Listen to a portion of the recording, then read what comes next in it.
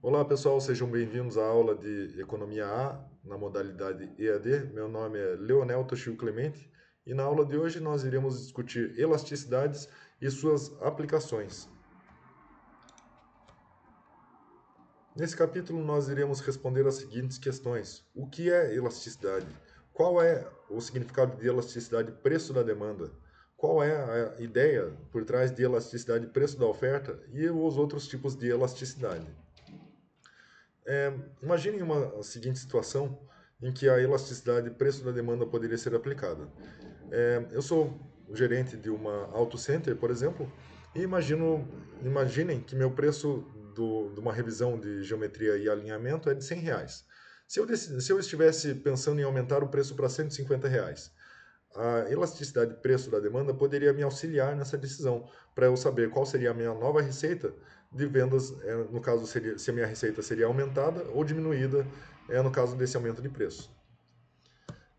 A ideia básica de elasticidade é que a elasticidade está medindo uma capacidade de resposta de uma variável em relação a outras variáveis. Então, no caso de elasticidade preço da demanda, nós estaríamos avaliando justamente, analisando, né, a partir da elasticidade, a sensibilidade da quantidade demandada em relação às variações de preço. Então, a elasticidade é uma medida numérica da capacidade de resposta da quantidade demandada ou ofertada, né, a um de seus determinantes. A elasticidade de preço da demanda é a mais trivial de todas, porque afinal de contas a gente sabe que as quantidades demandadas respondem negativamente às variações de preço. E por isso a elasticidade de preço da demanda vai ser variação percentual da quantidade demandada dividido pela variação percentual do preço. Notem que nós temos variação percentual no numerador e no denominador, resultando um número puro. Um número puro tem uma série de vantagens aqui na nossa análise, porque afinal de contas nós poderemos comparar elasticidades de diferentes mercados sem problemas de comparação das métricas, né, das unidades de medida. Então, por exemplo, eu poderia comparar a elasticidade do mercado de leite com o mercado de automóveis, mesmo que as duas mercadorias não tenham conexão nenhuma imediata uma com a outra, né?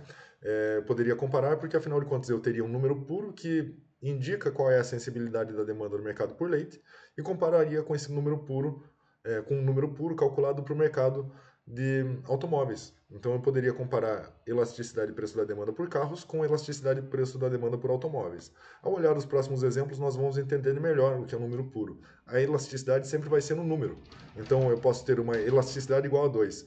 Isso expressa em que unidades? Nenhuma. A gente não vai ter unidades para elasticidade, porque afinal de contas ela foi calculada a partir de uma razão de variações percentuais. Variação percentual da quantidade é um número em termos de variação percentual. E variação percentual do preço também não tem unidades, é em termos de variação do preço dividido por preço. Assim como variação percentual da quantidade é quantidade dividido por quantidade. Então a elasticidade é um número puro, sem unidade associada a ele. Vamos ver um exemplo em que o preço sobe 10%, a quantidade demandada cai 15%.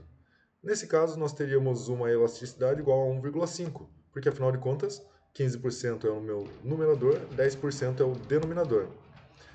A elasticidade de preço da demanda, então, é essa razão entre variações percentuais. Notem, né, que é preço da demanda, elasticidade preço da demanda.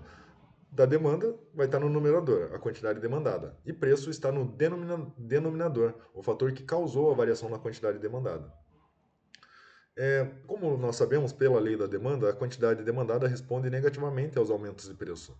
Então, se houve um aumento de preço, a quantidade demandada vai se retrair em uma determinada variação percentual. Então, notem que nós teremos, a rigor, né, sempre um valor negativo de elasticidade e preço da demanda. Mas, por uma mera convenção, nós vamos simplesmente utilizar o valor em termos absolutos. Nós vamos ignorar o sinal de menos e representar simplesmente a variação percentual do numerador em termos absolutos dividido por uma variação percentual no preço, né, em termos absolutos também. Então, no nosso exemplo anterior, se vocês forem notar, né, a gente teria menos 15% dividido por 10%. Porque, afinal de contas, houve um aumento na quantidade no preço de 10% e uma queda na quantidade demandada em 15%. Porém, nós omitimos o sinal negativo porque nós estamos tratando valores absolutos. Nós queremos simplesmente o indicador da sensibilidade da quantidade demandada em relação às variações de preço. Por isso, se convencionou em utilizar o valor absoluto, para eu poder dizer, essa curva de demanda tem uma elasticidade igual a 1,5. Depois, logo a seguir, nós vamos ver as classificações das elasticidades.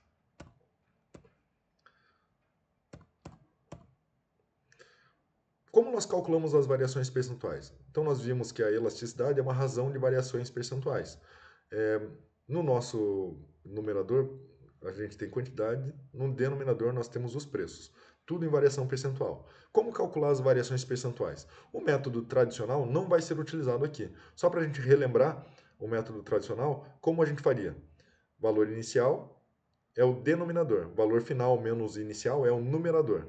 Então, se nós estivéssemos saindo, por exemplo, de A para B, no nosso ponto ali, né, o preço subindo de 200 para 250, nós teríamos 250 menos 200 dividido por 200, 25%.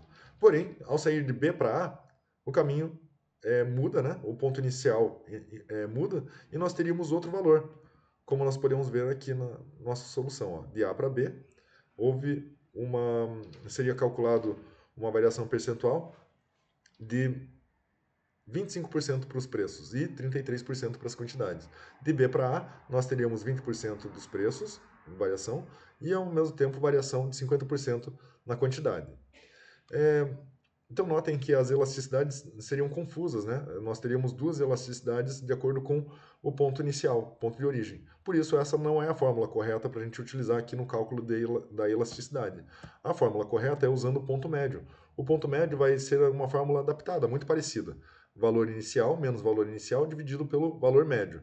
Essa é a nossa nova fórmula de variação percentual, também chamada de variação percentual no arco ou variação percentual pelo ponto médio. Isso resolve o problema da gente fazer o trajeto de A para B, dar um resultado diferente de B para A. Aqui, a gente sempre vai ter o mesmo resultado. Notem, né? Quando o preço varia de 200 para 250, agora eu tenho o numerador 250 menos 200, dividido por 225, que é o ponto médio. O ponto médio aqui dá para calcular de cabeça, mas caso fosse mais difícil, bastaria calcular fazendo a soma do ponto inicial mais ponto final dividido por 2. 250 mais 200 dividido por 2, que dá 225.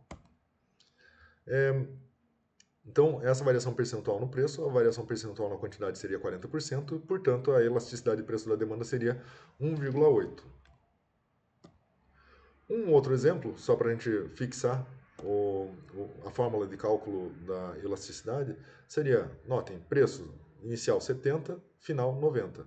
Quantidade demandada variou de 5.000 para 3.000. Como nós faríamos o cálculo da elasticidade? 5.000 menos 3.000 dividido por 4.000, igual a 50%. Essa é a variação percentual na quantidade demandada. Variação percentual no preço, 90 menos 70 dividido pelo ponto médio, igual a 80, igual a 25%. Elasticidade do preço da demanda igual a 2. E quais são os fatores que definem se uma elasticidade é mais alta ou mais baixa? Por primeiro, se existem substitutos próximos ou não, o quão amplamente foi definido o mercado, se o bem é supérfluo ou não, e se o horizonte de tempo é longo ou curto. Para ilustrar isso, eu vou trazer alguns exemplos e vocês vão ver como esses fatores afetam a elasticidade, preço da demanda. No primeiro exemplo, nós temos a comparação entre o mercado de cereal matinal e o de protetor solar. O cereal matinal como um bem supérfluo, um bem que tem muitos substitutos próximos. E o protetor solar como um bem que não tem substitutos próximos. Por que os cereais matinal são bens que têm substitutos próximos? Porque se subir o preço do cereal matinal, as pessoas podem comer outras coisas para café da manhã. Tem uma infinidade de outros produtos que substituem o cereal matinal. Porém, o protetor solar não tem substitutos próximos, não tem outra forma de se proteger do sol, talvez com guarda-sol, talvez com evitando o sol, mas você não tem outros produtos que protejam como o protetor solar protege. Então, se houvesse um aumento do preço do cereal matinal, a gente imagina que a quantidade demandada por cereal matinal seria abruptamente ou de uma forma significativamente reduzida. Enquanto, se houvesse um aumento do preço do protetor solar, a quantidade demandada não seria impactada significativamente. Afinal de contas, não existem substitutos para protetor solar. Então, a lição é que a elasticidade de preço da demanda é maior quando existem substitutos próximos disponíveis. No nosso exemplo 2, nós vamos analisar o quão amplamente foi definido o mercado. Agora a questão não é mais se existe substituto ou não. A questão aqui é se o mercado foi amplamente definido ou estritamente definido. O mercado de jeans azul, por exemplo, calças jeans azul, é um mercado muito específico. Existem uma variedade de substitutos para calça jeans azul. Calça jeans preta, por exemplo. Ou se não, calça caqui, calça moletom, calça de sarja, calça de nylon, calça de esporte. Existem vários outros tipos de calça que substituem calças jeans azul. Então, se houver um aumento no preço do jeans azul, as pessoas vão substituir por outras mercadorias. Já vestuários é um mercado amplamente definido, engloba uma variedade muito grande de mercadorias. Então, vestuários tendem a ser mais inelásticos, ter curva de demanda mais inelástica do que o mercado de jeans azul, porque afinal de contas, se aumentar o preço do vestuário, não vai haver uma redução significativa na quantidade demandada por vestuário. A lição é que a elasticidade de preço da demanda é maior para mercadorias estritamente definidas do que para as amplamente definidas. O exemplo 3 trata do bem supérfluo ou de luxo comparado a um bem de primeira necessidade. Imaginem que houve um aumento de preço no mercado de insulina, que é um bem de primeira necessidade. Se houvesse um aumento no preço da insulina, os consumidores de insulina não deixariam de consumir essa mercadoria, porque afinal de contas são diabéticos que consomem insulina. Se eles deixarem de consumir insulina, isso gera uma série de prejuízos à saúde, né? Então, a insulina provavelmente tem uma curva de demanda muito inelástica, ou seja, as quantidades demandadas não respondem, não são sensíveis às variações de preço. Já cruzeiros, cruzeiros de luxo aqui, passeios de cruzeiro, são serviços supérfluos, de luxo. Se houver um aumento no preço, as pessoas vão reduzir drasticamente a quantidade demandada por cruzeiros. A lição, então, é que a elasticidade de preço da demanda é maior para bens de luxo do que para os bens de primeira necessidade. O exemplo 4 difere simplesmente curto e longo prazo. E para isso eu trouxe um exemplo da gasolina. Imaginem que houve um aumento do preço da gasolina, a nossa curva de demanda seria mais rígida, no longo ou no curto prazo? No curto prazo, as coisas são mais rígidas, em termos gerais. E para a curva de demanda, isso não é diferente. Um aumento na quantidade, um aumento no preço vai gerar reduções na quantidade demandada menor no curto prazo do que no longo prazo. Afinal de contas, no curto prazo não existe a possibilidade de substituir a gasolina facilmente, né? No longo prazo, é possível que novas tecnologias surjam, é possível que as pessoas comprem carro elétrico, que novas soluções para a mobilidade urbana sejam implementadas, e assim a gasolina encontra substitutos. Mas no curto prazo não existem substitutos e por isso a curva de demanda é mais inelástica no curto prazo. Em resumo, então, a elasticidade de preço da demanda depende da existência de bens substitutos, do bem ser de primeira necessidade ou não, do bem ser amplamente ou estritamente definido e o horizonte de tempo. As curvas de demanda vão ser classificadas de diferentes formas, né? Aqui de acordo com o nível de elasticidade. Em termos gerais, quanto mais horizontal, mais elástica é a curva de demanda, mas isso como uma regrinha de bolso geral. Uma curva perfeitamente inelástica é aquela perfeitamente insensível às variações de preço. Então, se variar o preço, não varia, ou varia zero, a quantidade demandada. Nesse caso, a curva de demanda é vertical. A curva de demanda, aqui com uma inclinação muito inclinada, né, quase vertical, seria uma curva de demanda inelástica. A gente vai ter aumento de preços causando uma variação pequena na quantidade demandada. Então, digamos, aumentou 10% o preço e a quantidade demandada reduz menos do que 10%. A elasticidade unitária da demanda seria o caso, como o nome já sugere, que a elasticidade calculada vai ser igual a 1. Então, um aumento do preço geraria uma queda na quantidade demandada com a mesma variação percentual, né? No caso aqui caiu 10% o preço, aumentou 10% a quantidade demandada. E lembrando, a gente sempre está omitindo o sinal aqui. Notem que o preço caiu, seria sinal negativo, quantidade aumentou, seria sinal positivo. Mas nós utilizamos sempre em módulo a elasticidade preço da demanda. No caso de demanda elástica, o numerador é maior que o denominador, ou seja, aumentou o preço em 10%, reduziria mais do que 10% a quantidade demandada. Aqui eu falei ao contrário, mas vale a mesma lógica. Ou cai o preço em 10% e aumenta mais do que 10% a quantidade demandada. Nós vimos que tanto faz o sentido, né? Ir de A para B ou de B para A. Perfeitamente elástica seria o caso de elasticidade igual a infinito, ou que tende a infinito, né? Para ser mais rigoroso. Então, nós teríamos uma variação infinitamente pequena no preço, gerando uma variação infinitamente grande na quantidade demandada. Ou, pensando de outra forma, nós teríamos qualquer variação no numerador dividido por 0% na variação de preços, ou seja, nós teríamos uma curva de demanda cuja elasticidade tende a infinito. É perfeitamente sensível, também daria para dizer. Uma curva de demanda perfeitamente sensível às variações de preço. A elasticidade de uma curva de demanda linear não é constante.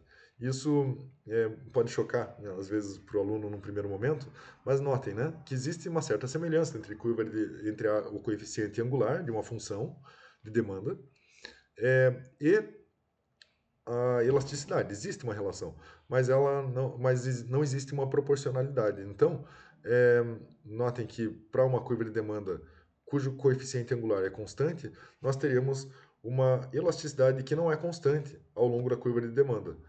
Notem, se meu preço saiu de 30 e foi para 20, minha elasticidade, vocês podem fazer o cálculo à mão, a minha elasticidade calculada foi igual a 5. Seria 200% na variação da quantidade demandada e 40% na variação do preço. Então, elasticidade igual a 5. Refazendo o cálculo agora, né, nós teríamos 67% dividido por 67%, ou seja, um trecho unitário na curva de demanda, um trecho de elasticidade unitária, e depois um trecho de curva de demanda inelástica, ou seja, elasticidade menor do que 1. A elasticidade tem uma relação com a receita de vendas. Nós vamos. Isso é bem óbvio, por quê? Porque a receita é preço vezes quantidade. Quando você aumenta o preço, por exemplo, no caso lá da nossa Auto Center, que aumentou o preço de 100 para 150, ou qualquer mercadoria que aumenta o preço, a quantidade demandada se reduz. Então, para saber o efeito total sobre a receita, nós temos que analisar o impacto que aconteceu sobre preços e quantidades. Se a demanda é elástica, nós veremos que um aumento, por exemplo, do preço de 10% reduziu mais do que 10% a quantidade demandada. Se a demanda é elástica, a elasticidade é maior do que 1, então nós teremos a seguinte situação. Se a elasticidade, por exemplo, fosse 1,8, a gente tivesse uma situação inicial em que o preço é igual a 200 e quantidade demandada era igual a 12. Nesse caso, a receita de venda seria 2.400. Ao aumentar o preço para 250, nós tivemos uma redução da receita de venda. Agora, a receita de venda é 2.000, que é resultado de 250 vezes 8. Por que essa receita diminuiu? Porque o impacto sobre as quantidades foi maior do que o impacto sobre os preços. Os preços aumentaram menos do que a quantidade demandada. Se reduziu. Então, notem, né? Em termos gráficos, nós temos a área em azul, era igual a 2.400. Por quê? Porque ela é 200 vezes 12. A receita representada aqui é por essa área em azul, a receita inicial. A receita final é igual à área em amarelo. Agora, representada por 250 vezes 8, que é igual a 2.000. O quanto se perdeu com, a, com, a, com o aumento de preço, né? Se perdeu, desculpa, houve uma redução da quantidade demandada de 12 para 8. A perda de receita de venda é essa área em azul com linhas. Essa área em azul com linhas foi perdida, foi a receita perdida em decorrência da redução da quantidade demandada. Ao mesmo tempo, a área em amarelo clarinho representa o ganho de receita decorrente do aumento de preço. Note que o ganho de receita decorrente do aumento de preço é menor do que a área em azul listrado, né? Que é a perda decorrente da redução da quantidade demandada. Então, notem que para quando a demanda é elástica, um aumento de preço reduz a receita de venda. Para curvas de demanda elástica, o aumento de preço reduz a receita de venda. Para o caso de curvas de demanda inelásticas, quando a elasticidade é menor do que 1, nós teremos a seguinte situação. Um aumento no preço faz com que a receita de venda aumente. Vamos ver o seguinte exemplo. A curva de demanda é inelástica, a elasticidade é igual a 0,82. Inicialmente nós tínhamos uma receita de 2.400 e depois temos uma receita de 2.500. O quanto se ganhou, aquela lá, a parte em amarelo claro, é maior do que o quanto se perdeu, que é a parte em azul listrado. Então houve aumento da receita de venda em decorrência do aumento de preços. Vamos pegar alguns exemplos, né? Inclusive para refletir um pouco sobre o poder da indústria farmacêutica na nossa sociedade. Imagine se houvesse um aumento do preço da insulina em 10%. Os consumidores gastariam mais ou menos com a insulina? Bom, como os consumidores dependem da insulina para sobreviver, é um bem de primeira necessidade, sem substitutos, né? Então, o aumento do preço da insulina provavelmente não seria respondido com uma queda significativa na quantidade demandada. Por isso, os consumidores iriam acabar gastando mais com insulina do que anteriormente. Do ponto de vista do consumidor. Do ponto de vista do vendedor, da indústria farmacêutica, seria um aumento de receita de vendas decorrente do aumento de preço. Isso porque a curva de demanda é muito inelástica. Agora, no caso de um bem supérfluo, como o chocolate belga, imagina que o preço do chocolate belga cai, né? Ficou muito mais barato. A receita de venda de chocolates belga aumenta ou diminui? Por ser um bem supérfluo, né, que não é de primeira necessidade, a gente imagina que quando o preço baixa, as pessoas compram muito daquele produto. Assim como se o preço aumentasse, as pessoas deixariam de comprar aquele produto. Então a tendência é que haja um aumento na receita de vendas em decorrência do barateamento do chocolate belga.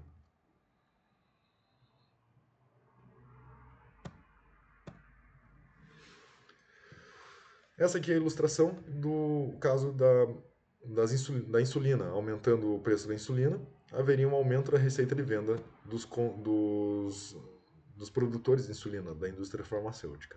E também haveria um gasto, obviamente, na perspectiva do consumidor, aumento do gasto com o produto de insulina. Bom, agora nós vamos ver um exemplo muito interessante trazido pelo Mankiw, em que ele analisa duas políticas sobre o combate às drogas. E uma política que vai atuar sobre a curva de demanda e a outra sobre a curva de oferta. Aqui ficou Szinho de supply, equivalente à curva O, dependendo do livro, se utiliza O ou se utiliza S de supply, né? O de oferta, S de supply. Mas então nós vamos observar as duas curvas de oferta e demanda e analisar por primeiro o efeito de uma política de combate à oferta de drogas. Como se daria com o combate à oferta de drogas? Por exemplo, com o aumento do policiamento, com um combate ao tráfico de drogas. Né? Então, isso geraria uma retração da curva de oferta de drogas. Vamos observar que S1 se retraiu para S2. Ao fazer reduzir a curva de oferta de drogas, houve um aumento de preço. O novo preço de equilíbrio se elevou. O preço se elevou significativamente, porque afinal de contas a curva de demanda por droga, nós supomos, pela preferência dos consumidores, que nesse caso são viciados, né, que a curva de demanda é muito inelástica, ou seja, variações nos preços geram pequenas variações na quantidade demandada. Nesse caso, uma política de retração da oferta faz com que os preços se elevem significativamente, uma vez que a curva de demanda é muito inelástica.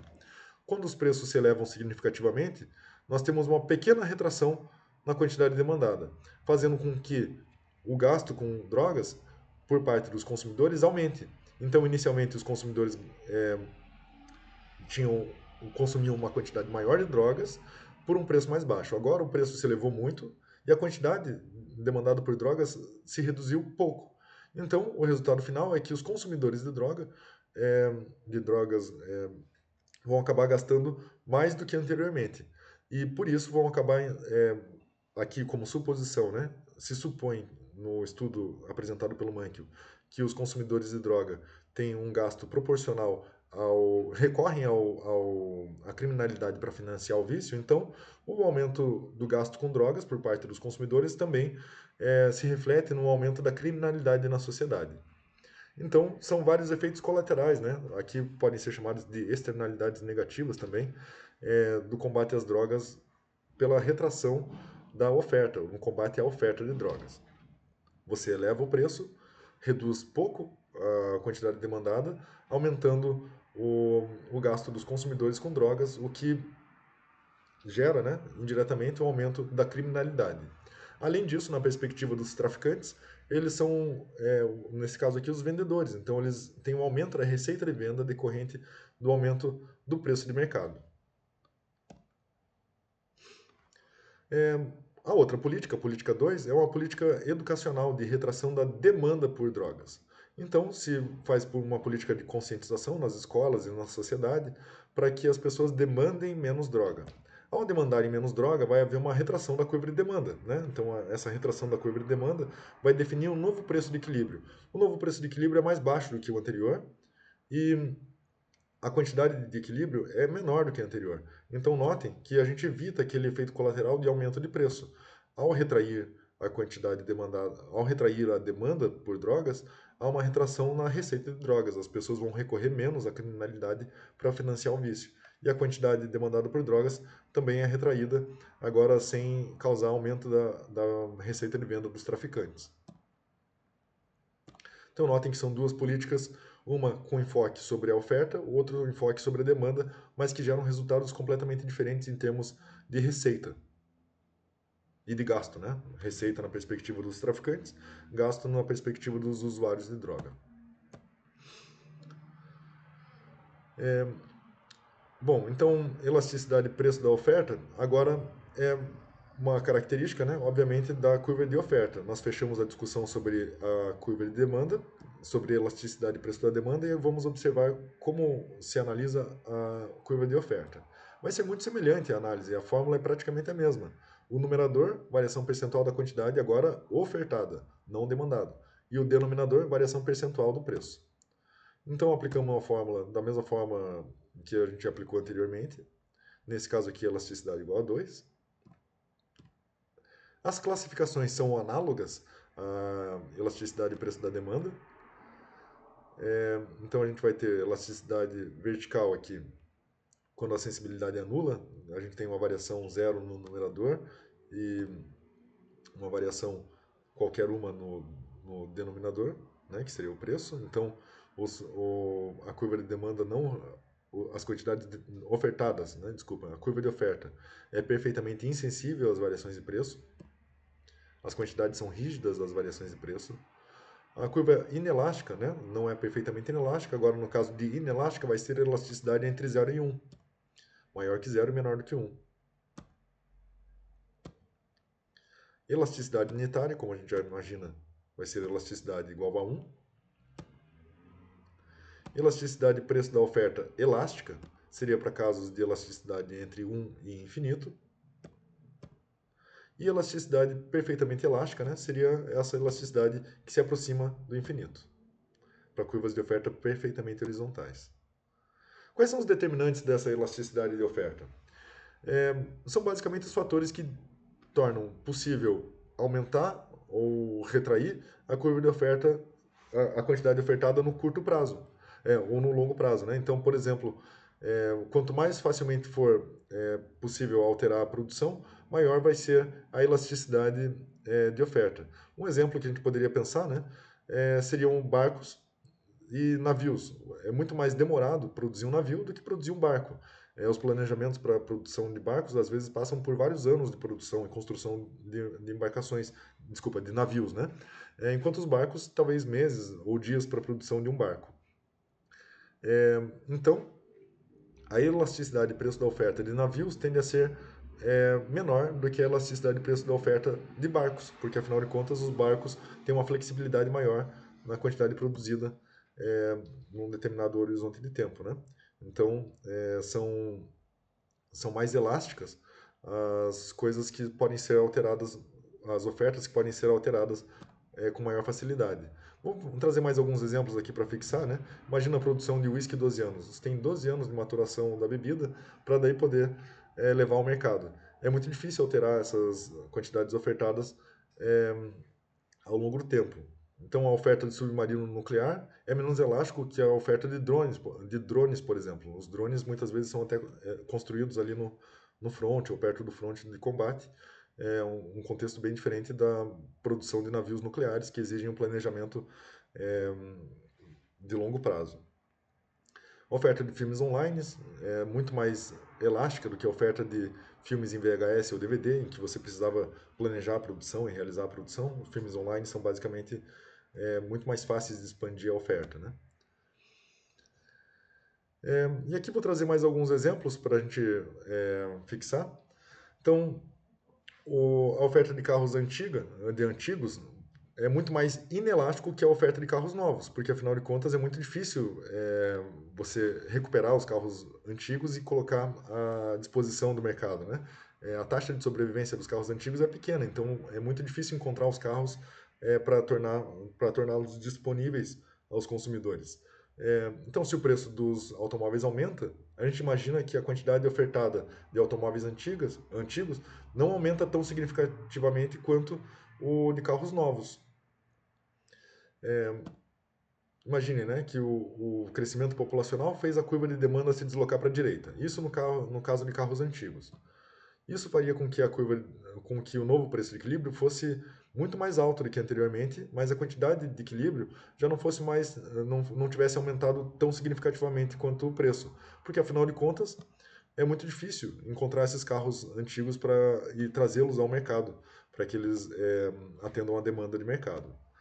Já os carros novos, com uma curva de oferta mais elástica, mais horizontal, teriam um aumento menor, né, na variação percentual do preço e um aumento maior na variação percentual da quantidade demandada. Ao longo de uma curva de oferta, né, nós podemos ter elasticidades que não são constantes. Isso é uma possibilidade, se fosse uma reta seria constante, mas como não é uma reta, muitas vezes a gente encontra a curva de oferta nessa forma. Pode ser representado por meio de uma linha, sem problemas, mas com frequência vai ser representada por meio dessa curva. E a gente teria um trecho de elasticidade maior do que 1, quando ela for mais horizontal, e mais vertical, sendo a elasticidade menor do que 1. Lembrando que as escalas do eixo X ali, das quantidades, podem alterar completamente o desenho, né? Mas a elasticidade não. Então pode ficar mais horizontal ou menos horizontal. Por isso eu falei uma regrinha de bolso. Essa ideia de ser mais horizontal ou menos horizontal, né? O certo é calcular a elasticidade e não ter dúvida do que está falando. Outras elasticidades que nós podemos explorar aqui, que são importantes, estão relacionadas aos outros fatores que afetam a demanda. Por exemplo, como a renda e a existência de produtos substitutos. Então, por exemplo, nós discutimos até agora o impacto dos preços sobre as quantidades. Mas que outros fatores poderiam afetar a quantidade demandada? Por exemplo, o aumento da renda do consumidor. Se o consumidor aumenta a sua renda, a quantidade demandada por bens normais tende a aumentar, né? Então, para os bens normais, vocês se lembram da aula anterior, para os bens normais, se eu aumento a renda do consumidor, eu aumento também a quantidade demandada pelo bem. Então, nós teríamos elasticidade de renda da demanda maior do que zero para bens normais. Para bens inferiores, a elasticidade de renda da demanda é menor do que zero, menor. Afinal de contas, um aumento na renda reduziria a quantidade demandada por bens desse tipo. A elasticidade preço cruzado da demanda é um caso interessante de elasticidade, porque nós vamos cruzar duas mercadorias aqui, né? Nós vamos comparar as variações de preço de uma mercadoria com as variações na quantidade demandada de outra mercadoria, que é um bem relacionado. Quais são os tipos de bens relacionados? Substitutos ou complementares. Então vamos imaginar aqui, para facilitar, que nós estamos tratando de bens substitutos. Bens substitutos poderia ser suco de limão e suco de laranja, o caso mais simples de todos. Se o suco de limão aumenta o preço, o que acontece com a demanda por suco de laranja? Aumenta. A quantidade demandada de suco de laranja vai ser aumentada. Então, para bens substitutos, notem que nós teríamos aqui no numerador, por exemplo, suco de laranja é o bem 1, suco de limão é o bem 2. Aumento do preço do suco de limão gera aumento do preço, aumento da quantidade demandada por suco de laranja. Para bens substitutos, a elasticidade de preço cruzado da demanda é maior do que zero. Para bens complementares, nós teríamos o caso oposto. A elasticidade de preço cruzado da demanda é menor do que zero. Como um exemplo, né, um aumento no preço dos computadores provoca uma diminuição da demanda por software. Então, a gente teria numerador negativo e denominador positivo, gerando uma elasticidade de preço cruzado da demanda negativo. Notem que aqui não faz o menor sentido a gente falar em módulo, né? A gente não vai trabalhar em módulo. Aqui a gente justamente está observando o sinal da elasticidade calculada. A gente vai omitir o sinal, trabalhar em módulo somente na elasticidade de preço da demanda, que é aquela primeira que a gente discutiu na aula de hoje. Em resumo, a elasticidade mede a capacidade de resposta da quantidade ofertada ou demandada a um de seus determinantes. A elasticidade de preço da demanda mede a sensibilidade da quantidade demandada em relação ao seu preço. E as outras formas de elasticidade, da renda e preço cruzado da demanda, têm outros determinantes, ou seja, tem outros denominadores em sua fórmula. Mas basicamente a elasticidade vai ser sempre a mesma ideia: razão de variações percentuais. Beleza, pessoal? A gente se encontra na próxima aula. Bons estudos!